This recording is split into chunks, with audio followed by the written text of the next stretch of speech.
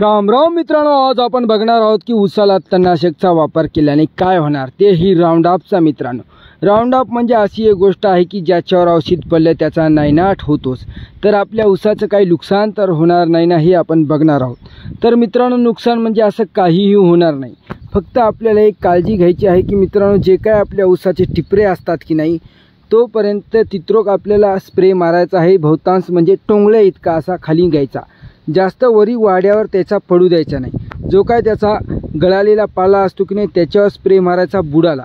सर्व तणकटाचाही नायनाट होतो आणि सर्व काही आपला फायदाच होतो, म्हणजे नुकसानाची बाजू आपली राहत नाही। आपण 2,4-D आणि जर बॅरियर मारलं तर आपले हराळ वगैरे लवाळ हे अशा काही बऱ्याचशा गोष्टी मरत नसतात।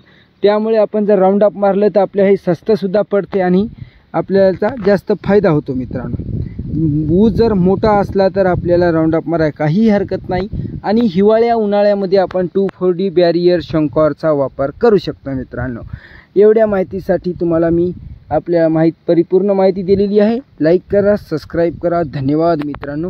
अशाच पुढील माहितीसाठी आपल्या चॅनेलला सबस्क्राईब